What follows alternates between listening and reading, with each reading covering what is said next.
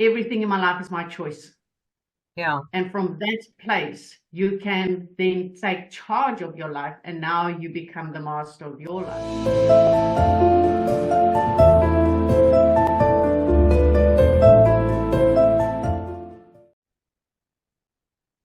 Woo! I'm excited. There we All right. go. Hello, Brilliant. Sue. How you doing? Hi, Genie. Well, and you? I'm great, thank you. I'm so excited. Yes, let's start and let's hear about a little bit more about you, who you are. So let me ask you, can you tell us about your journey and what led up to you specialize in brain profiling? I was introduced to brain profiling in 2011, where a dear friend of mine told me what she was doing. She was working very closely with Dr. Kobus Neetling, who is the man behind brain profiling in South Africa and actually has done quite a bit of work overseas and is very involved with Professor Torrance.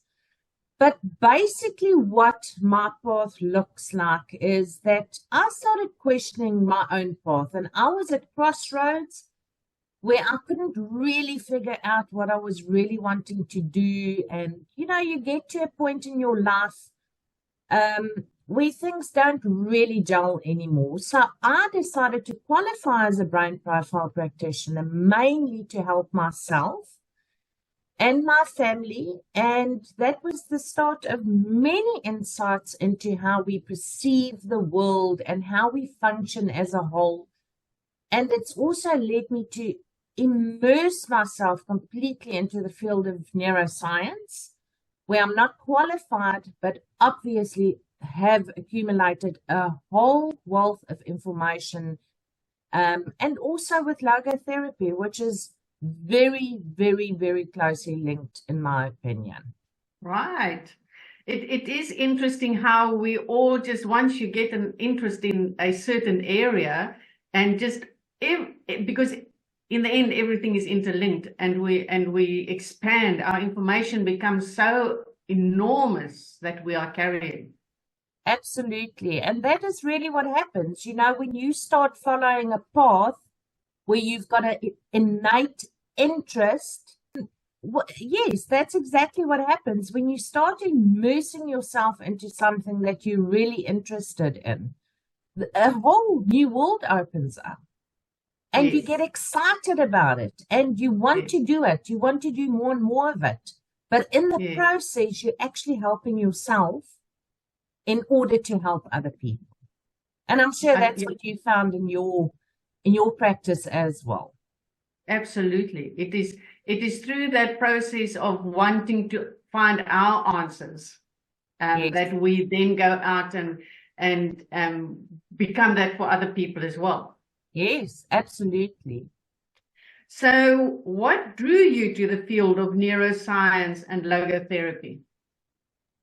My dad and I had lengthy discussions. I feel that it's something that really started in a very early age in me. I was curious. I wanted to know more about why people behave and do the things they do.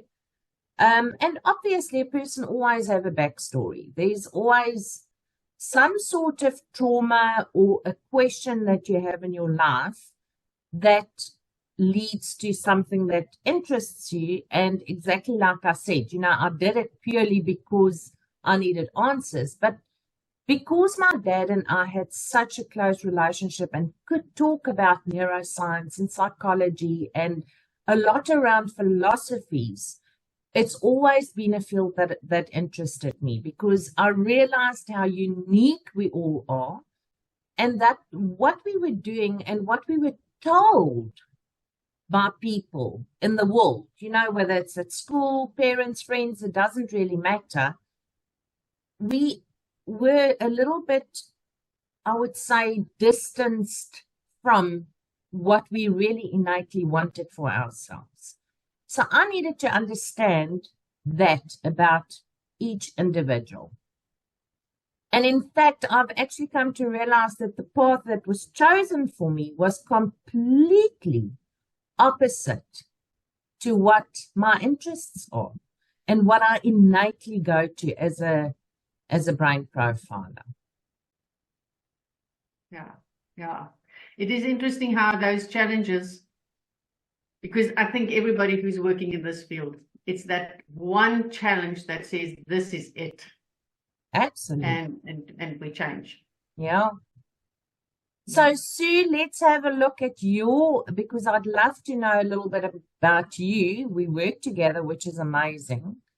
But I would like to ask you now, what in your professional or personal background, can you share a bit about your journey and how you've become involved in transformational coaching and the holistic practices? Yes, so as we were saying, we all reached that point. So for me, it happened during my divorce. I sort of have that defining moment in my life before, my life after. Mm. And I realized during that period that I needed to change. Life was not working for me the way I was living it. It really did not serve me. And I got to that brought me to a point, from here on, I'm getting the opportunity to start a new life, totally new. And I really had to build from foundation. I had to rebuild a new life. And that transformation that I went through, the person I was before that and the person I am now are two totally different people. The things that still give me joy is there, but the way I look at life and the way I approach life is completely different. Yes. In the process, I took complete responsibility for my life. There's no ways that I blame anybody out there for anything, because I have learned that everything in my life is my choice. Yeah. And from that place, you can then take charge of your life, and now you become the master of your life. And so that process through discovering who I am, because I don't think we really, like you just said, we don't really know who we truly are. And I even see it in my practice. People can tell us what they don't like, but the moment you say to people, what do you like? It's like a panic go up inside of them.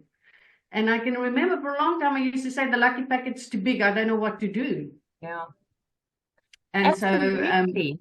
Yeah. And I actually can remember one day sitting on my couch and saying something needs to change. And I opened my laptop. Well, here I am. It did change in that second for me. And you've had a huge transformation in your life, Sue. And, the thing is, absolutely, like you say, I think a person also go through stages in your life. I think it was Deepak Chopra that explained it very well, and I've experienced it as well, where your first quarter of your life, you go at anything that's given to you or that you've been told to do, and you work hard at it. Second quarter of your life, you grind and you start establishing family, and there's a little bit more stability. But then a lot of the times when you get to the third quarter of your life, in your 50s or like 40s, you go, this is not for me. I've been doing things that doesn't gel with me, and that's where the stress comes in, and you start beating yourself up. It becomes a nightmare. So I really believe it's that so-called life crisis that we hit, that midlife. Yes, at midlife, absolutely. Yeah. But I would not want to change anything from my life before, because it really brought me to where I am now. And I have got such gratitude for that. And I got to experience that of being, but now it's me. It's about, and in that being me, I can give so much more to other people, because now I'm not pouring from that half cup anymore. Oh, well, most of the time, empty cup. Because when you do what you don't love, when you do what you do because society dictates what you must do, you empty most of the time. Yes, and it becomes hard. Every day becomes harder and harder until you can't no more. Yes. That's where we start working with the people. Exactly. So, what inspired you to pursue a career in mindfulness and transformation? You've basically answered the question, I but basically yeah, answered it. yeah, But as I was busy changing, people said to me, "What did you do? How did you get here?" Because my friends could see that this person was changing in front of their eyes. yeah. And yeah, so I knew that I did not know enough. So that's also important, that we do acknowledge when we don't know enough. But Absolutely. I knew that I didn't know enough and I needed some structure. Mm. And that day on the couch brought that structure for me. Yeah. No, And so, absolutely. and yeah, and in the process of discovering this, I have learned how powerful our mind is, how we must really become aware every second of the thoughts we have in every second. Yeah. And that just, you know, we think so many thoughts. And when you do research, you see that they say we think between 60,000 and 70,000 thoughts every day.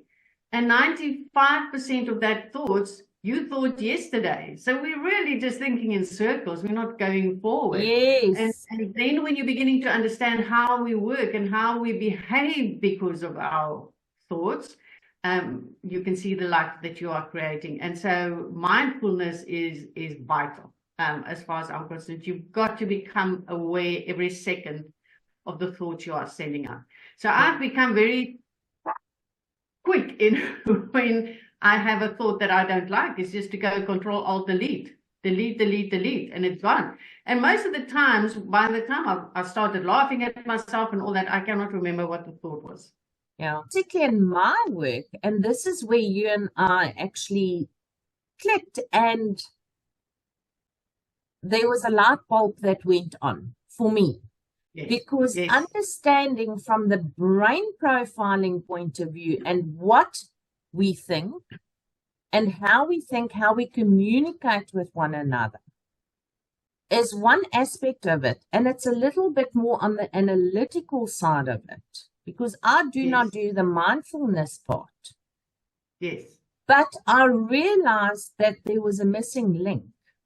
So I predominantly, same as you, Sue, we work with entrepreneurs, essentially. Yes.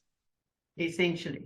And we also essentially maybe work with older people. In my practice, I work with people that are literally at crossroads in their lives. Mm. And I've come to realize it is all good and fine to establish what it is that they are good at. What, you know, everyone always talks about their strengths and their weaknesses. I don't see it as a weakness. I say their strengths. And there are pitfalls that a person can learn from. And if you know how your brain works, out of which sphere of the brain you're working out of, and that comes innately, everything gets easier. But the missing link is, even now that you've figured out exactly what it is that you like or dislike, because I've done a lot of research myself, and I can tell you, in my opinion, about 90% of people, when they get to crossroads and you ask them, what do you like? What would you like to do? They say, I don't know. I've got no idea. Absolutely. And that is where I then do the exercise, and we go through the program where we establish out of which sphere of the brain are you innately operating from, because you want to try and stay there. You want to also establish what the pitfalls are, and then obviously work on that and see how you can fill it in, whether it's getting help from other people, doesn't matter how it works. But the missing link is, now that you know what to do, that's all good and fine. But what about the holistic side of it? And what about how do you actually go and do it without keeping going back to that gyro that goes crazy in your mind? And that's where I took hands with you, or where we took hands and saw that is the link, because now you've got to start from a clean slate. Am I right? Absolutely. Absolutely. And that's what transformation is all about. It is really rebuilding yourself. It's not, and people must not think that transformation is a decorating job. it is major construction. And it really, you change the way you look at your life, because I will take you through processes where you really begin to understand how you function. So now with the work with you, and you understand how you will approach your life, makes it so much easier, because the way your brain is going to function, you approach life in a certain way. And in the past, I used to be an incredibly analytical person. I would take anything and look at it from 6 sides, and if there were 2 and still another 6, I would do that as well. Yeah. I really had to dissect everything. And the happier and the stronger I became in myself, that started shifting, which you will see in your brain profiles, how people shift from the one to the other side. Absolutely. I mean, my brain profile shifted. Prior to a major event in my life, I was extremely analytical as well. I was L1, L2, extremely strong. I had a huge event in my life that took place where I needed to make a shift. Yeah. And I did. If you look at my brain profile today, and it doesn't happen often, but it can happen, where there's a huge event that happens in your life, or suddenly you create a massive interest in something, your brain profile changes. Now I'm very strong R1. The L2 is still there, which I'm happy about. And it doesn't mean that I've lost my ability on the analytical side. Not at all. No. That's still there. No. And I can always tap into it. But that shift had to happen. But the reason why you and I took hands is because, yes, I made that shift. But there was internal shifts that I also needed to make. And that's how you and I are working together today. Because otherwise you're on shaky ground, because you don't know what to do with that. Because it's like you're entering a new life, but how do I function in this life? Well, yes, that. And I would also want to say that your limiting beliefs are then kicking into gear. So you've made the shift, but you still don't believe in yourself because you haven't worked on those limiting beliefs. No. So I can tell someone, listen, you shouldn't be a painter, you should rather be an engineer. But automatically, because of our conditioning, we go straight to the limiting beliefs and we say, we can't do it, I'm not good enough, I'm not this, I'm not that. You know all about the limiting beliefs. Absolutely. And this is where this work is absolutely crucial. Crucial. Absolutely. Because remember, your whole life is just beliefs. Yes. Everything in your life is a belief. And so when you have run for how many years, however old you are, that this is, and especially those things where we're not there anymore, but that we followed the family shoes. My dad was a carpenter, my dad was a doctor, I've got to follow the same line, and we weren't allowed to open up. And we really, and you became the rebel if you opened up, and it really was a struggle. Yeah. But we've got such different personalities and the way we work and all that. And if we don't look at that beliefs that structured that life for us, where we come from, how do we become individuals? Because most of us run beliefs of society, of the family, of schooling, of everything, and we stay stuck in there. 100%. And in my approach, I always say to people, indecision really comes from a place of not believing in yourself. Absolutely. And with indecision, you're going to stay in limbo for the rest of your life. So you're never going to actually move forward. You're always going to doubt what you're doing, and you will be in limbo, and you will be broke for the rest of your life. Literally. Absolutely. Absolutely. There's no reason for any of us to, we weren't placed here to work so hard for everything. We were supposed to have fun. Absolutely. And I can honestly say I'm now living the life of fun, and I'm quite sure you can say that as well, because Absolutely. It is a pleasure to wake up every morning. Yeah, you want to get up. You're excited to work with the next person. Yes. Because every time you work with a person, it just opens up completely, and the world changes 100% overnight. for me. I'm sure, yeah, I'm sure you also, because there's that light bulb moment and you can see that shift happening. You can And see it it is in just, their eyes. Their whole wow, face lights up and they go, but why didn't I know about this? yes, So it's yes, amazing. yeah, I Right. really, okay.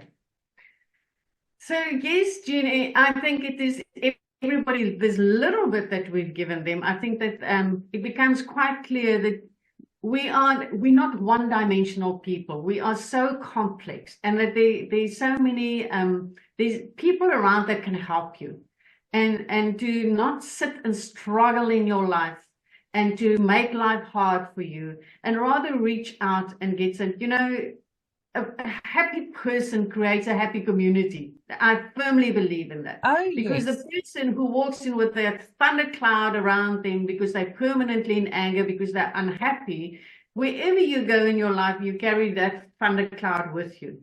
And a person who will be happy and know where they're going and how to tackle their life will create a happy community. And so that, I think, is what keeps me motivated.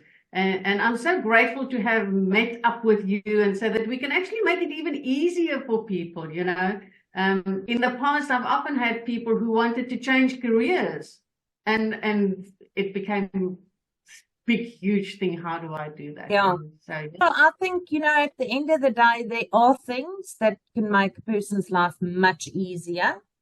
And if you know about it, but it's often like we say, you don't know what you don't know. Exactly. But once you know, it just opens the world. So, Sue, I'm looking forward to our next chat. And thank you so Yes. much. I really Thank you. appreciate you. I think our work, there's so much synergy between the two of us and what we're doing. And the goal to really help people go forward in their lives and not stay stuck in the current situation or the life that they have right now. So Absolutely. let's have a chat again. We'll do that soon. Looking forward to it. Thanks, Sue. Keep well. Okay. Keep Bye. well.